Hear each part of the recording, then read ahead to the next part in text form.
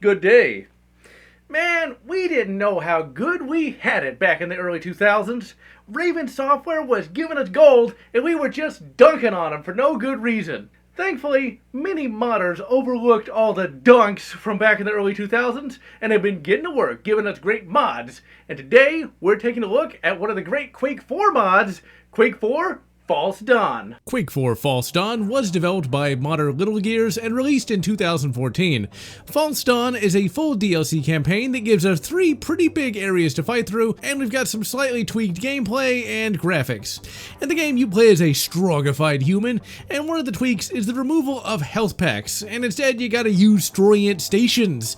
This appeared in base Quake 4, but now it's your only means of healing. They are strategically placed, and you're never really hurting for health. All the same guns that appeared in Quake 4 are present here, except for the black hole gun, and all the weapons are fully upgraded as well. The modder attempted to make the enemies a little harder, not that they needed that, because Quake 4 was pretty tough by itself, but I don't actually see that they're any harder here, and you just shoot them till they die. We get a little puzzle late in the game, and it's fun enough, and it leads to an awesome laser obstacle course that feels pure Raven Software. In fact, had I not known this was a mod, I would have assumed that this was done by Raven Software themselves. Difficulty is pretty fair. You got a good number of enemies to fight, and plenty of ammo and health to fight them with. And you never get blindsided by a boss by turning up any corner. The levels are long, but they never get boring, and the frantic Quake 4 pace is kept up throughout. And in addition to all that, we got a little bit of platforming that works fairly well. It's a full game, ladies and gentlemen, something modern devs kind of forgot how to create. We got some improved graphics.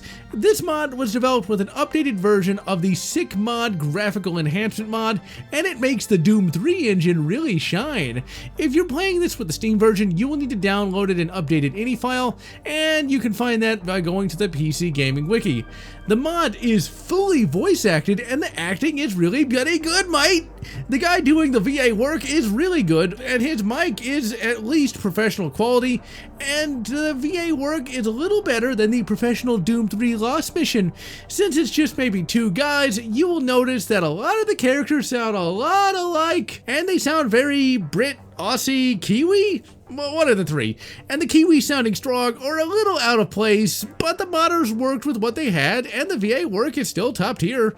Music is all atmospheric, and I never really noticed it much. What really is noticeable is that awesome story. The game is set sometime after Quake 4, and the mod says that the human-strog war has been going on for a generation. Man, it's been a long time since Quake 4, and that a strogified human has been sent to take down a strog superweapon and end the war once and for all. Pretty standard, right? We get a voice with a radio connection, and he fills in some details, but as you play throughout the game, you eavesdrop on a conversation between 2 strogs, and this is how the majority of the story is delivered to the player, and it's good stuff. Although they sound a little too normal now and again. When you start up the mod, you go straight to the super weapon, but wouldn't you know it, this is a real game and not a walking simulator, so you get locked out of the weapons room and have to collect 3 gubbins to pass go and collect 200 megatons of awesome. And so to collect those 3 gubbins, you gotta go through 3 awesomely made areas.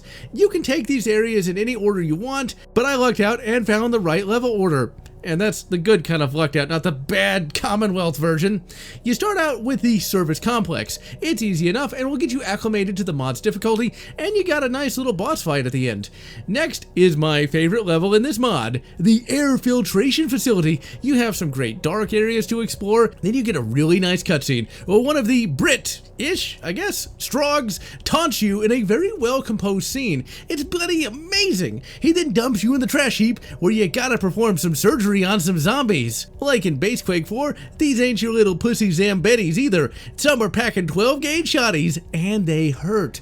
After you escape, you move on to the final level, the Nerve Center. This is the hardest of the 3. You have a puzzle to solve and a couple of arenas where you have to fight rocket-wielding she-bitches. Once it's all done, you make your way to the weapon room, you fight some bosses in an arena, and then you get captured. You learn that all of this has been one big plot by none other than... If you haven't played the mod, stop this video now, play it, and return for the discussion of the ending. The Strong Commander was Bitterman, the protagonist from Quake 2. At some point, he got Strongified. His fiendish plan might sound derivative, but remember, this game was released in 2014, a long bloody time before Avengers Infinity War gave Thanos the kill half the galaxy to save the other half motivation. So the modders' villain motivation was something that they came up with and was not the product of some overpaid Hollywood hack. The now evil Strogified Bitterman has decided to take down both humanity and the Strog in order to save the galaxy, because he believes that once the Strog are defeated by humanity, humanity will become just like the Strog, and so he's got to take out both so that life can flourish. He has now taken over your mind and will use you to upload a cipher to the human ships to take over the minds of other Strogified humans. That implies a lot of things here. In Quake 4, the protagonist, Matthew Kane, was captured by the Strog and Strogified, but his mind was still his own. We get some fringe horror where I guess humanity is now Strogifying their own Marines so that they can have an edge against the Strog hordes?